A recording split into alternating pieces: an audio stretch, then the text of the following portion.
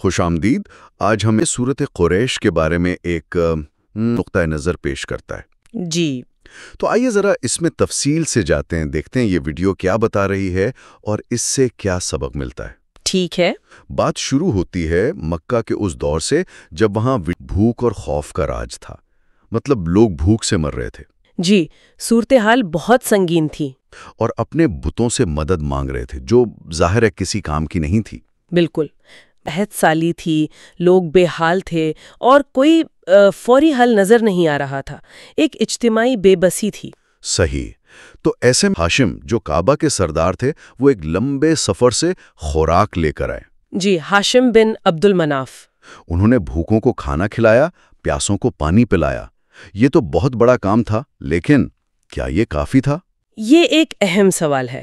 ایک یوں سمجھ لیں فوری مدد تو تھی، مگر اصل مسئلہ وہیں کا وہیں تھا، مطلب مستقل حل نہیں تھا۔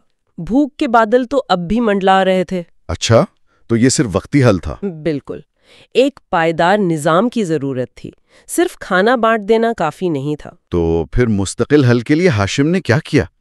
ہاشم نے ایک بہت بڑا منصوبہ بنایا۔ انہوں نے قریش کو منظم کیا اور باقاعدہ تجارتی قافلے شروع کیے۔ تجارتی قافلے؟ ہاں اچھا جی، سردیوں میں یمن کی طرف اور گرمیوں میں شام کی طرف۔ اور یہ سفر آسان نہیں تھے۔ نہیں، بالکل نہیں، راستے تو خطرناک ہوں گے۔ بہت زیادہ ہے کہ لوٹ مار، قبائلی جھڑپیں، ان کا خطرہ ہر وقت رہتا تھا۔ قافلوں کا صحیح سلامت پہنچنا ہی بڑی بات تھی۔ تو پھر یہ ممکن کیسے ہوا، اتنے خطرناک راستوں پر سفر؟ یہیں پر بہت اہم نقطہ اٹھاتی ہے۔ کیا؟ کہ اللہ نے ان قافلوں کو خاص تحفظ دیا، مطلب قریش کے یہ قافلے سالوں سال جی ہاں، سردی گرمی ان خطرناک راستوں پر آتے جاتے رہے بغیر کسی بڑے نقصان کے۔ اللہ اکبر! تو یہ اللہ کی طرف سے تھا۔ اور یہ صرف قافلوں کی حفاظت نہیں تھی، بلکہ اس کی وجہ سے رفتہ رفتہ مکہ ایک بڑا تجارتی مرکز بن گیا۔ اوہ، تو معیشت بہتر ہوئی؟ جی بالکل، لوگوں کے معاشی حالات بہت بہتر ہوئے، خوشحالی آئی، کہتی ہے خوف سے امن ملا اور بھوک سے نجات ملی۔ یہ تو واقعی ایک بہت بڑی تبدیلی ہے، لیکن انسانی فطرت کی طرف۔ بالکل، جب اللہ حالات آسان کر دیتا ہے، نعمتیں دیتا ہے نا، جی، تو انسان اکثر بھول جاتا ہے وہ نعمتیں کہاں سے آئیں۔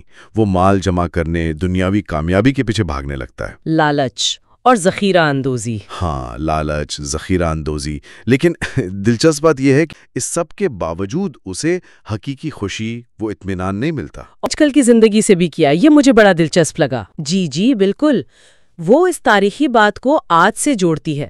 کہتی ہے جیسے آج کل لوگ نوکری، ترقی، بہتر لائف سٹائل اور وہ EMI، ہاں، قسطوں کا چکر۔ جی، قسطوں کے چکر میں زندگیاں گزار دیتے ہیں۔ ایک دوڑ لگی ہوئی ہے، لیکن آخر میں اکثر اندر سے خالی پن محسوس ہوتا ہے، وہ سکون نہیں ملتا جس کی تلاش تھی۔ تو یہ ایک طرح سے وہی پرانی کہانی ہے نئے روپ میں۔ تو پھر سورت قریش کا اس سب سے کیا تعلق ہے؟ ویڈیو سے کیسے جوڑتی ہے؟ ویڈیو کہتی ہے یہی وہ مقام ہے جہاں سورت قریش کا پیغام آتا ہے۔ وہ اسے ایک آئینہ کہتی ہے۔ آئینہ؟ جی، آئینہ جو دکھاتا ہے کہ ہم کیا پانے کے لیے کیا کھو رہے ہیں۔ سورت قریش کو اللہ کی وہ دو بڑی نعمتیں یاد دلاتی ہے، امن اور رزق، جو سفروں سے ملا۔ بالکل، محفوظ سفروں سے ملنے والا امن اور رزق۔ اور پھر انہیں کہتی ہے کہ ان نعمتوں کے بدلے میں اس رب کی عبادت کرو جس نے یہ سب دیا ہے۔ فَلْيَعْبُدُوا رَبَّ هَذَا الْبَيْتِ۔ اصل مقصد کی طرف واپسی کی دعوت ہے۔